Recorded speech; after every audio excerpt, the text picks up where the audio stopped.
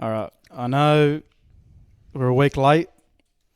I forgot, but it doesn't matter now. All right. As the saying goes, better late than never. Yeah, that's the one, I think. Welcome back. It's a new season, no cap. I'm still here, Soul. And I'm going to change it up this year a little bit. I'm going to be bringing on new people every week. Add a bit of spice to the discussion. I'm just saying that because I can't find anyone, to be honest.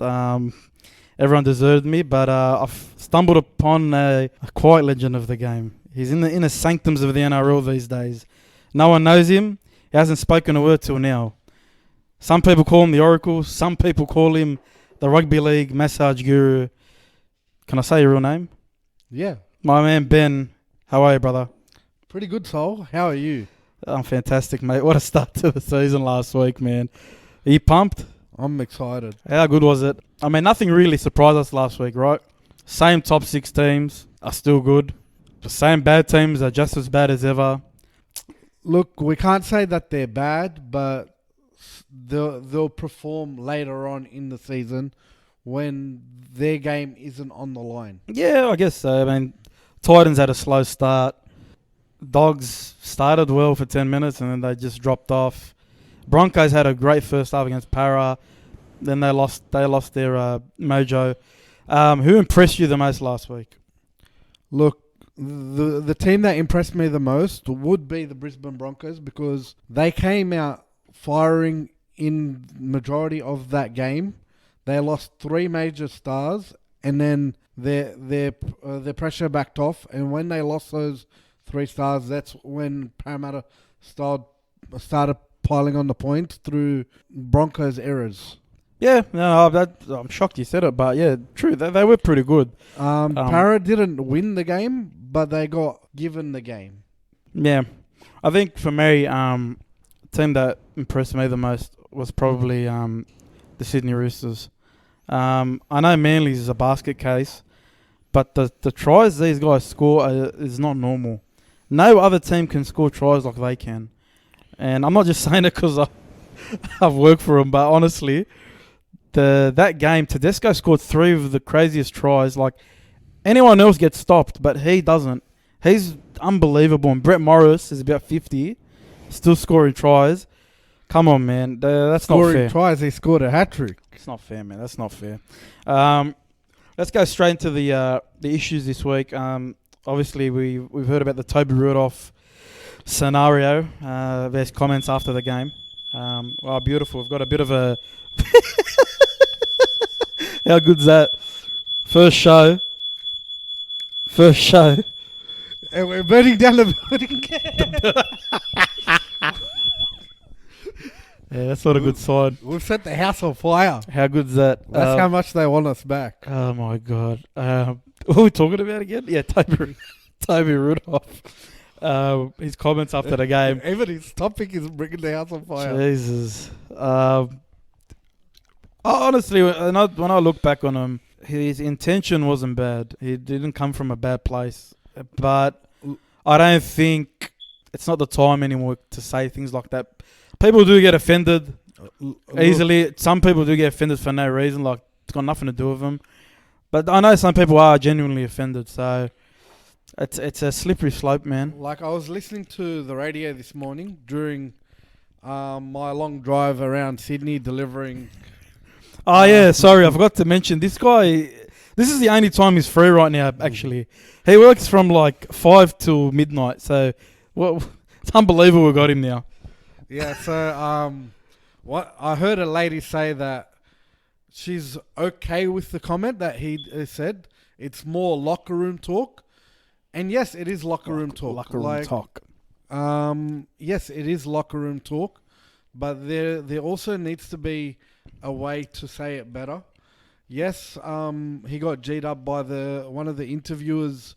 Fletch, it's Fletch. Who else is it? It's Fletch. Yeah.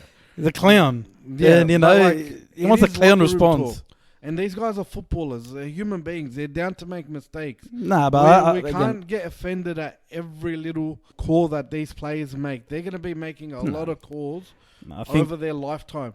And this guy's at the age of 26, 27.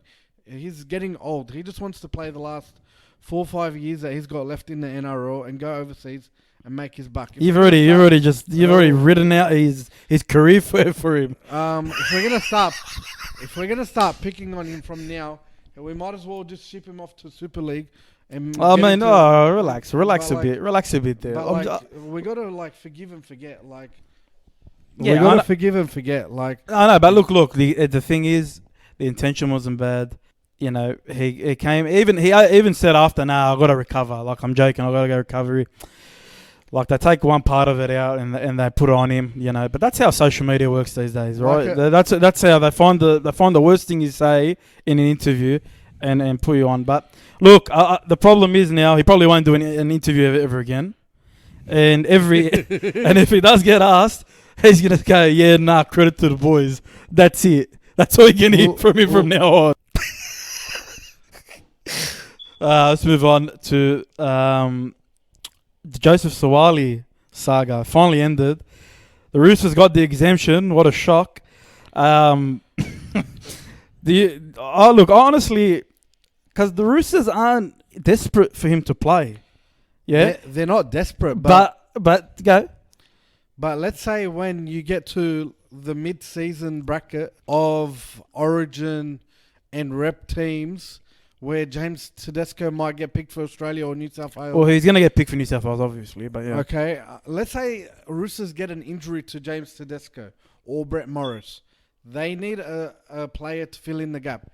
Yes, he's young and he'll be playing before he turns 18, which is only a few months away, which is August. But as a fan, you're a Bulldogs fan, right? Yeah. Are you offended? I'm not. I'm offended because he got exempted to the Roosters, but it's nice to see players shine young. Yes, we all... But let's be honest. We all hear the headline, Uncle Nick. Yeah, the what's wrong with Roosters, Uncle Nick? Shout out Uncle Nick. Shout out, lad. But it's got nothing to do with that. The rugby league has fought hard to get this guy over from rugby union to convince him not to switch codes, and Roosters have fought hard to get him over from Souths. I reckon he's turning 18 in August. Not really. Roosters swooped in and just, they did their thing. But look, here's the thing, right? I know what you're saying, but the Roosters did this to make every opponent's fan and every opponent buckle. They're going to name him number 21 every single week. He's not going to play. Yeah, but they just want to live rent-free in your head, in every other fan's head. They just want to put it on everyone and make them buckle. That's what I love. They're not desperate for him. They don't need him to play. They only need him during the Origin period. And what's the Origin period now? 1 game? That's it? Oh, bro, who cares? They're not going to play him anyway. They just wanted to make everyone upset. And everyone's upset for no reason. He'll get named at 21, but... which coach doesn't love playing mind games? We had the best... But that's what I'm saying. That's what they're doing. It's all mind games. We had the best mind game coach in the world. Who? Dean Pay? In Des Hasler. Dean Pay. No, in good old Des Hasler. You telling me the best coaches like Wayne Bennett and Craig Bellamy don't play mind games? That's what they do the best. That's why they're the best. They're the best at that. Robbo's obliged to play mind games. Oh, he's very good at it. And he's not going to show his hand. Everyone's getting upset. Whoever's getting upset about it, honestly, understand. They just want to live rent-free in your head. And they just want to buckle ya. Oh, we've got an audience, yes. So don't you think it's good for the game because it paves the way for other 17 years? All right, yeah, but... yeah, of course. Of course it's going to be good for the game. But also, the Bulldogs just signed the kid today, right? Re-signed the kid, Paul Alamoti. He's 17. Why don't they put an exemption in for him? But what position does he play? He's a centre. But everyone's chasing him. Rugby union was chasing everyone. What I'm saying is, who's stopping the Bulldogs from putting an exemption in, right? But the Dogs probably know he's not ready. So the thing is, this kid... That's what I'm saying. So this kid's ready. It's very rare that a team has put out or played a 17 or 16-year-old when they weren't ready. Very rare, and they never had a good career. Think about it. Can I ask you... Everyone that rank at 18. Yeah. Oh, of course. You're a rugby league fanatic. Yeah. Who's your favourite player that would have started at the age of 17 out of the list of 40 players that have played at... Probably Sonny Bill. All right, Sonny Bill's one, but wouldn't Freddie Fittler from Penrith, Yeah, Freddie. who led Penrith to a final... What I'm saying is all these players that you can name, Chris Lawrence, he started at 16. All those players had really good careers, didn't they? Yeah. They had like minimum good career, Hall of Fame career maximum. You know what I mean? So, like Suaalii, you know, if he doesn't get injured in his career and has good luck with that, he's going to be a superstar of the game very, very soon. And they probably do need him for that one game during Origin period. Well, Origin is 3 games, so... No, but there's one game. They have the one game for half the team have a bye. Then they all have a what do you call it? A week off, I'm pretty sure. There's a week off of the NRL and then there's another one. So teams only miss one game. Sorry, teams only they only get the one game. Okay. So yeah, I think they're just doing it for mind games, but you know, good on him. I hope he does play. He scored 2 tries on the weekend in New South Wales Cup, so he looks like he's ready. Honestly. That's his second weekend where he scores 2 tries and sets up a few. Talking about New South Wales Cup, a player who should not be in New South Wales Cup, and I don't understand why he's the only player that this particular team, Penrith, have not let go, Matt Burton. Why the hell is he still playing New South Wales Cup? He should have been let go with the other 10 players they let go. I don't understand. Look, Penrith are trying to hold on to him. For what? For the reason of, in case... for that one game? For that one game? For depth. Yeah, for that one game when Nathan Cleary plays Origin. Yeah. Come on, man. That's rubbish. That's rubbish. Which they've got already replacements in line in New South Wales. Mate, they've got Tyrone May. He can fill in. They got James Salmon. He can fill in. They don't need this kid. They're doing it out of spite. They're doing it out of spite at the end of the day. There's no... I don't know about Napa or anything, but they're just doing it out of spite not to give him to us. But the honest truth, we can't give him Napa because Napa's salary is at $800K a year. Forget Napa. Forget that trade proposal or whatever. Even the Bulldogs offered them, hey, we give us him as a loan, yeah? And if you need him back during the season, you can take him back. You know? So they tried to make it no, they said no. Why did they let go of Dane Laurie of his contract? Why did they let Josh Mansour go when he still was on contract? James Palmer was still on contract. Who else? Zane Teravana was still on contract. There's 3 other players I can't remember that were on contract. They've got heaps of juniors coming into. Okay, it doesn't matter. They were happy to break their contract, but they're not happy to break his contract because the guy who's still on contract. So they value his contract, but they didn't value 7 other contracts. Well, we're playing. The Bulldogs are playing Penrith this week. Don't you think? He should be playing for the Bulldogs this week. Yeah, but don't you think in the next coming weeks they'll start looking at letting him go because they've already playing him? Well, maybe, but they should have let him go by now. I'm saying it's out of spite, so he doesn't play against them because they know how good he is. He debuted 2 years ago. You know what I mean? Like, what's he gonna get at a New South Wales Cup? He ripped it like on the weekend. Who cares? Why is he still playing there? Just let him go. They're not gonna get anything out of him except for that. In case, like, you're like thinking of the worst. You know what I mean? Preparing like you got 3 other people in front of him that take his place. You know what I mean? If they really valued him that much, they put him in on the bench, right? Yeah, they would. They're not, but they don't. Stuff Penrith, stuff your mate Peter Alexander, or whatever his name is, Greg Alexander. All right, stuff the bloke, yeah. Yeah. What do you like him for? He's all right. No, he's not, mate. Go watch NRL 360 today and see the rubbish he spewed about it. He went off at Kenty for no reason. What the hell's wrong with this bloke? Well, I can't wait to No, but I'm telling you why I'm saying is because he goes, they were questioning about why you're so willing to let Josh Mansour go with a year to go, but not Burton. He goes, it's not the same and no one knows how things work. No, we know how things work. You're doing it because you're doing it out of spite. It's babyish. It's very, very, like, it's not professional. All right? If you, like, Matt Burton is going to remember this. You know, you've ruined the relationship with you and Matt Burton as well. You got to remember that part as well. What if they want him back in 5 years after the Dogs? They probably won't go back because of what they did to him now, how they treated him. Anyway, enough of that. Let's go straight to this week's games. Thursday night at Bankwest for the first time this year, I think. Yeah. Eels Storm. Do you give Para hope? I don't. I'm going to go with Melbourne. They're just way Melbourne by? by Is 1 to 12, 13 plus? 13 plus. 13 plus at Bankwest? Yeah. I don't think it'll be 13 plus. I think it'll be 1 to 12. I think Melbourne will be 1 to 12. Parramatta's going to be G'd. This is a home game. This is their first game at home for the year. And they don't usually get smashed at home. And there'll be a crowd. They will be a very good crowd. I think 1 to 12 is more appropriate. But you said 13. What do you think 13 plus? I reckon Ryan Pappenhausen will bring it home in front of his mates. How many tries? I reckon he'll score one and set one up. I mean, that's not exactly on fire, but I mean, fair enough. Well, And how many? You got to leave something for his middle Alright. partner, which is money. I'm pretty sure they're unchanged, both teams. Warriors, Knights. Knights are missing a few players after their good win against the Bulldogs. I'll be honest, I didn't expect it from the Knights. Okay. I thought they would have struggled a bit, but they're missing a lot of good players. Their full pack's really strong, but they're missing. I'm pretty sure I heard Bradman Best might be in danger. Kurt Mann's out. It's another loss. Warriors were very, very good last week against the Titans. I thought they'd be decent, but they played in a way I've never seen them. Very controlled.